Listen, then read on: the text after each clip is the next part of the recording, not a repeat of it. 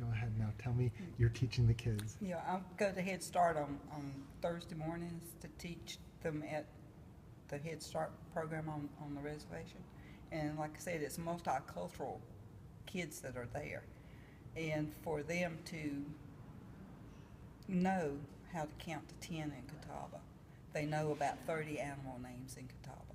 And the very first one that they learned was the dippin' dot dak suk suk. And that's the word for chipmunk. And they learned that one first whenever they had a hard time saying for the goose. But it's so amazing, you know, that they're just little sponges. And we have some children that are just coming there. There was this Vietnamese sisters that were there, and you could tell they were very shy, felt kind of out of their realm or comfort zone. It took 3 months to get one of them to even say one word out loud. They would sit there and they would look at each other. It's almost like twins whenever you look to see if the other one's going to say something first. So one of them was, a light bulb went on in my head that, you know, you have to have something not only visually, but something tangible that they can hold.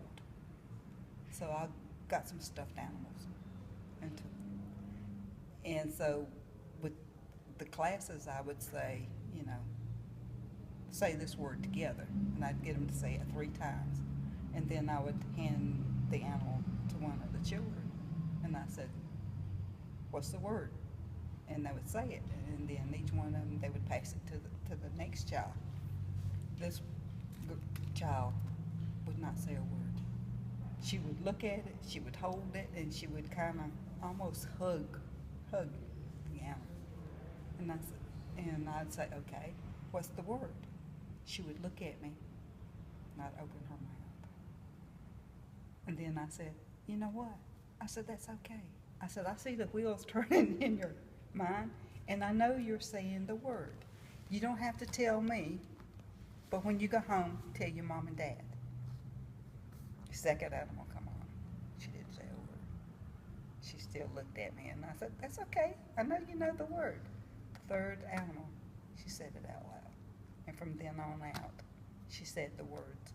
She still won't, you know, engage. From what I understand, she still will not talk during the rest of the time.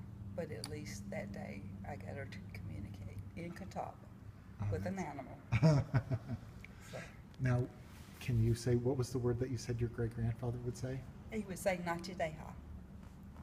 And it took me a while to learn, be able to translate it. It means I am happy to see you. And depending on how much emphasis he put on it, depending on how happy he was to see you. Because you can say Nachideha, and it's I'm happy to see you, or Nachideha, I am really happy to see you.